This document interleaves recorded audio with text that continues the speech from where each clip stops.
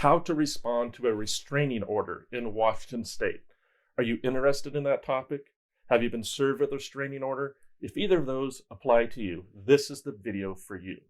My name is Fryrear, and I'm a defense attorney in Lynnwood, Washington. We've been defending people charged with crimes all throughout Washington state for more than 20 years. We've also been helping people respond to restraining orders. And I always say that my firm gets 5 to 10 calls a week with people either wanting to respond to a restraining order or get a restraining order. And so I thought I'd put out this video letting you know how you might think about going about it if you want to do it yourself, as opposed to bringing on an attorney. So in this video, I'm going to cover 3 things.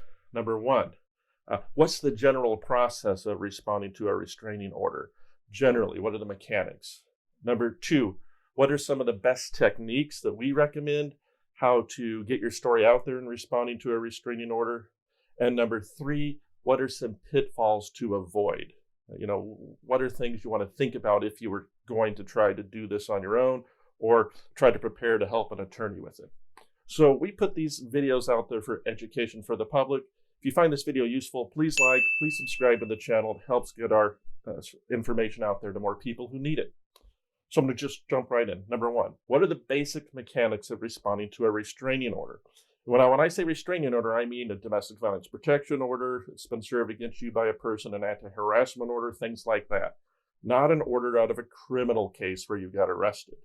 But the mechanics are basically whoever the party is that's restrained, called the respondent, is going to be served with paperwork. There's going to usually be a temporary order of protection restraining the respondent from contacting the petitioner, the person who asked for the order. And the most important part is to read that order and make sure you don't violate it, because a violation of it is a crime. But also attached to that should be a petition, which is basically what the petitioner filled out, the person who's getting an order against you, what they filled out that the judge looked at that justified the judge granting a temporary order without any notice to you. So on the front of that order is going to be what we call a return date, the date that the respondent needs to show up in court or by Zoom, if this is, court is still by Zoom, and they have a chance, the respondent does, to answer and deny until the rest of the story to the court that hasn't heard anything from the respondent yet. And so what this video is about is how do you do that response to the restraining order so you have a chance of winning at that hearing that is on the front of the order. So moving on to number 2, what are some of the techniques that we recommend? Well, the biggest mistake I think people make in the criminal system is think that because they're right or because they're telling the truth that they're going to win. That logic says they could win because they didn't do anything. And that would be true if computers were making decisions. But computers are not making decisions. Humans are making decisions, such as the judge. The judge is a person, just like all of us, who has emotions. And in my opinion, and in our training, human beings make decisions based upon emotion and then choose whatever facts, F-A-C-T-S, they want later to justify the decision. So in putting out a response, we need to be able to tell an emotionally true human story that the judge can identify with. And what does that mean, Lance? An emotionally true human story? Well, where we like to have our clients start is we want our clients to write out a story, and we want that story to start with 4 words: once upon a time. And once upon a time tends to activate a different part of the recall in the brain than just not using that. Think about it this way. If I were to ask you to tell me about yourself, you might start, well, I do this for a living.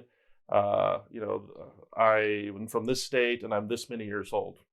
Not very emotional. If I were to say, tell me about yourself starting once upon a time, you might say, once upon a time, there was a boy who grew up in Iowa and he found his way to such and such. You can see it's more descriptive and it's more likely to get to the emotional parts of the story.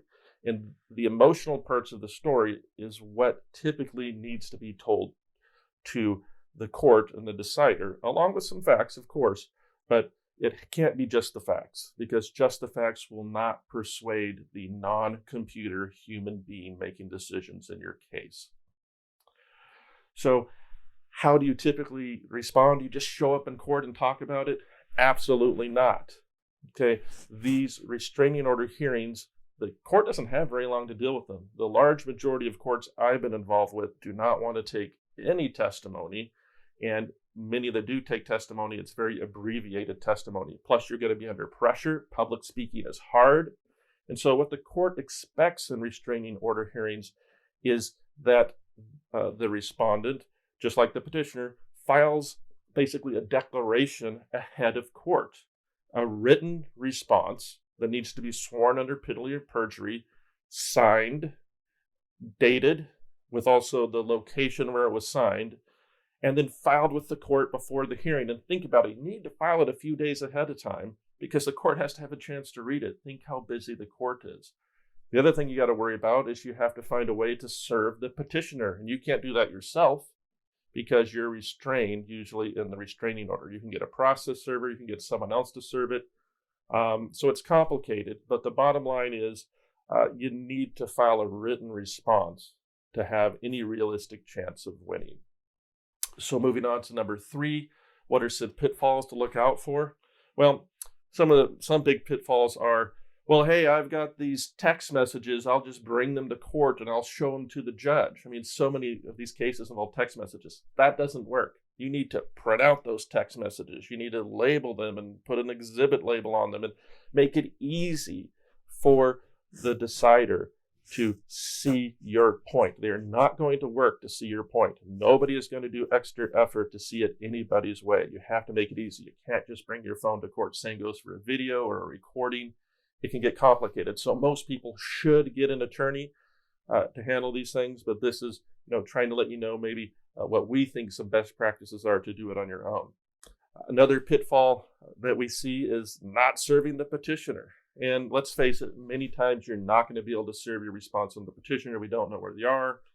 We can't do it ourselves. And so if that's your case, still file your response in court, but you need, if you're going to court in person, bring an extra copy so the court can instruct you to give it to the petitioner. There may be a continuance to another hearing, but at least you'll get your side heard by the court eventually. I think the final mistake that we can see is when we go get witness statements from people that we think can help us in the case, that we don't have them sign under penalty of perjury with a declaration form that again states where they signed it, the date, and that it's under penalty of perjury. You can go on the Washington Court's website in many different counties and find some declaration forms as an example to try to follow. But again, it's best to contact an attorney because these orders last a year or more, almost always a year or more. A few I've seen that are permanent, which I think is really not great, but that's what some courts can do over time.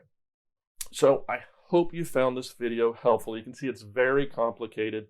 Some of the hardest work we do in my firm is responding to restraining orders. We usually have 2 attorneys working on it at once, so it is very difficult for an unrepresented person to try to do this on your own. But if you stick to those points, make sure it's a written response, make sure to hit the human elements so there's some emotion in the story so the non-computer judge can feel what you're feeling, and make sure that you follow the rules for filing it and serving it so it actually counts in your case. If you get stuck in this situation, you need some help, you want to consider having an attorney help you, please give our office a call. We'll typically have you text the petition to us so we can review it and see what we think, what your chances are. If we think we might be able to help, we'll set you an appointment.